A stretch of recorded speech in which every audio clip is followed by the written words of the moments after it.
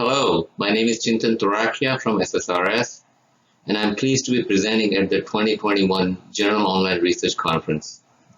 My paper is on implementing probability-based text message server. In this presentation, we discuss text message-based server as a mode of data collection. We will review the first ever probability-based text message panel, present data from the text message-based studies, and provide some best practice guidance on implementing text message-based surveys. Text message-based surveys is another emerging area of data collection, wherein respondents receive interactive surveys via text message on their mobile phones. This is different from simply receiving a survey link on the text message. Interactive text surveys are compatible with smartphones and cellular phones. Therefore, population coverage is nearly 94% of the US population. Internet service is not required for text messages as it uses cellular data. Also, TCPA regulations in the United States require prior consent for text messaging. So one would ask, why do we conduct text surveys, and what is the most appropriate use of text surveys? Over 9 out of 10 American adults are now reachable via cellular phones. People are increasingly communicating via text messages. We have found that text messages are an effective way of reaching younger, lower educated, and Hispanic adults. Early research also suggests that text messaging may be an effective way of reaching Republicans and respondents of moderate and conservative ideology. These are commonly underrepresented groups in cross-sectional surveys. In addition, text message-based surveys are more effective for point-in-time data collection and short, quick turnaround surveys. We now turn to probability-based SSRS text message survey panel. Text message-based surveys have not been widely used yet due to low response rate and inability to send unsolicited text messages due to TCPA regulation. A TCPA-compliant probability-based text message survey panel makes conducting surveys via this methodology feasible.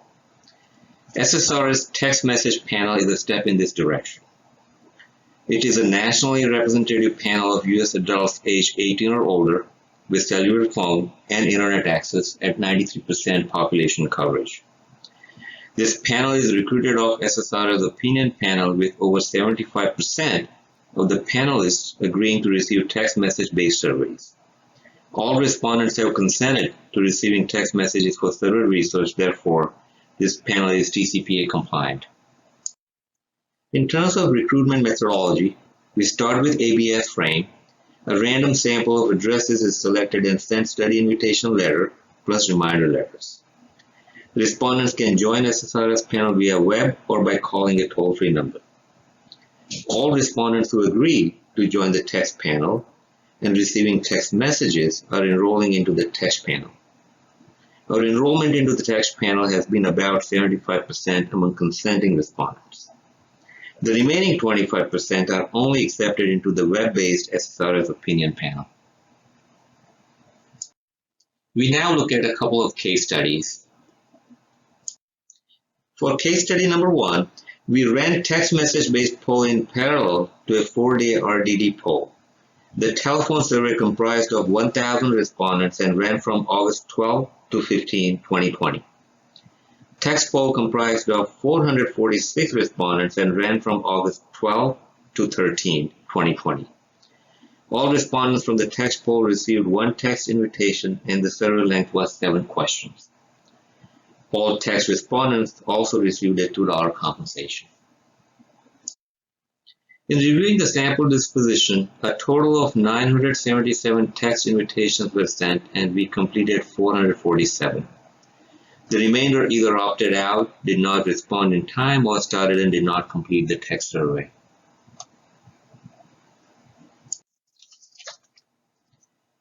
We now look at some data comparison between the two modes. When we compare the Trump approval ratings, both SMS and phone produced very similar Trump approval ratings with no significant difference. In looking at the voter preference, we find no significant difference between the two methodologies. We asked respondents how enthusiastic are you about voting for president in this year's election, and we found no statistically significant difference in voter enthusiasm across the two modes. As far as the demographics are concerned, SMS is a lot more successful in reaching younger 18 to 49 age group. Also, SMS is significantly more effective in reaching Hispanics. Surprisingly, we did worse among high school graduates for SMS for this particular poll. Continuing to look at demographics, we find no significant difference in voter registration or party ID. One should note that not registered now but plan to register on or before election day was an answer category for the SMS poll versus it being a volunteered category for the text poll. This may account for some of the difference. Directionally, fewer Democrats take text surveys and more independents take text surveys. So what are the takeaways of case study number 1? Overall, RDD phone and SMS surveys produced very similar results on Trump approval, voter preference, and voter enthusiasm. SMS is more effective in reaching younger age groups and Hispanics. Surprisingly, SMS falls short on high school graduates for this particular poll. We now look at case study number 2. The most common application for text message survey is for quick reaction polling. Target population for this study was presidential debate watchers aged 18 or older. Questionnaire length was approximately 15 questions. Data collection was conducted post-presidential debate on September 29, 2020. We conducted a phone and SMS survey in parallel to assess the difference between the two methodologies. For the phone survey, we recruited 1,042 respondents via our probability-based SSRS opinion panel and completed 568 surveys via phone post-debate. We deployed a total of 99 interviewers and conducted this data collection in 45 minutes. All respondents completing the survey received $5 compensation. For the text survey, we recruited 854 respondents via SSRS text panel and completed 451 surveys via SMS. We completed these surveys in 21 minutes, and all respondents completing the SMS survey received $5 compensation. This slide shows progression of text survey completions. We started at 10:39 p.m. and completed data collection with 451 surveys by 11 p.m., a 21-minute data collection window. In terms of sample disposition, a total of 854 cases were invited to the study and 451 completed text survey, a 52.8% completion rate. The remaining cases screened out as non-debate watchers did not respond to the survey or started but did not complete the survey. We now look at some data comparison for this poll. As we know, the vote margin in the 2020 US presidential election between Joe Biden and Donald Trump was much smaller than what the polls predicted. Polls predicted Biden victory by a much larger margin. Overall, we find Biden's support more subdued among SMS respondents compared to phone respondents for this poll, which of course resonates more with the actual election outcome. Significantly fewer SMS respondents report Biden as victor in the debate compared to phone. Also, a significantly higher proportion of SMS respondents report that neither candidate won the debate compared to phone. We should note that we offered both and neither as choices for SMS survey compared to there being a volunteered option for the phone. Therefore, some of the difference can be accounted for by mode. We asked a battery of questions on candidate position on issues. Both and neither were offered as volunteer categories for phone mode and offered as answer categories for SMS mode. Overall, we found Biden approval on position of issues a lot more subdued for SMS compared to phone, which again resonates more with the actual election outcome. Some of the difference may be attributable to volunteer categories for phone mode that were offered as answer categories for answer SMS mode. This is evidenced in the following slides.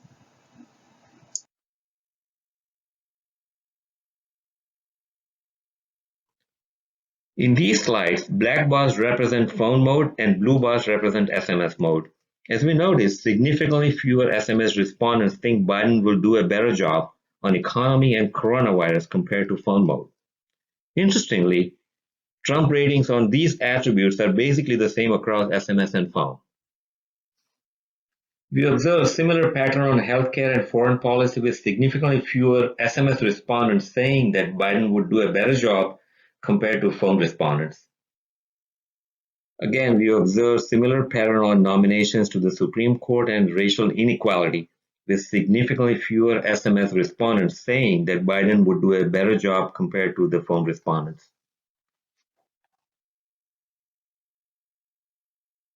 We asked a battery of questions on candidate qualities. Both and neither were offered as volunteered categories for phone mode and offered as answer categories for SMS mode. Similar to positional issues, we find Biden's support on candidate qualities a lot more subdued for SMS compared to phone. Again, some of the differences may be attributable to volunteered categories for the phone mode that were offered as answer categories for SMS mode. Significantly fewer SMS respondents think Biden better addressed their concerns and seemed to be a stronger leader compared to phone mode post-debate. Interestingly, a large portion of SMS respondents report that neither candidate would do a better job, with practically no one saying so for the phone mode. As mentioned before, neither was offered as an answer category for the SMS survey. We find similar pattern with fewer SMS respondents saying that Biden was more truthful in his answer and offered a better plan compared to phone. Next, we asked identical questions on candidate criticism for each of the two modes. On Biden criticism of Trump, we found no significant difference by mode. However, fair-unfair gap for SMS is smaller than phone. On Trump criticism of Biden, we find no significant difference by mode. However, SMS respondents are directionally more likely to say that Trump criticism of Biden was fair compared to phone respondents. Also, the fair-unfair gap for SMS is smaller than phone. So overall, we find Biden's support more moderate for SMS survey compared to phone. We find response pattern between SMS and phone are similar when offering the same answer choices, and the response patterns are different between the two modes when volunteered answer categories are offered as answer choices for the SMS survey. In looking at key demographic difference, more high school graduates or lower show up for SMS survey compared to the phone survey. More Republicans responded to the SMS survey at 30.6% compared to the phone survey at 23.6%. And we also found SMS respondents are less liberal compared to the phone respondents. I hope you enjoyed this presentation. I would now like to provide some best practice guidance in implementation of text message-based surveys. The first point to be aware of is the SMS character limitation per question. It is generally 160 characters, including spaces, tabs, punctuation marks, line breaks, etc. Exceeding the character count may result in questions splitting into two texts, which is not ideal from data quality perspective. The second point is keep the question as short and simple. The first question generally asks for permission to participate. Try and avoid randomizations and rotations where possible. Full sample or very simple filter logic works best for text message surveys. Also include short instructions on how to respond to the questions. Typically it's reply 1 or 2, just a very short note in the question, just guiding the respondent as to how to answer the question. All questions must be answered in the text message survey. There currently is no ability to skip questions for SMS surveys, like phone or web, unless you offer a prefer not to answer option as a part of answer choices. Like any self-administered mode, we should always be mindful of mode effects for trend questions. Like with web surveys, offering answer options that were volunteered options on phone or answer choices will increase the likelihood of selection.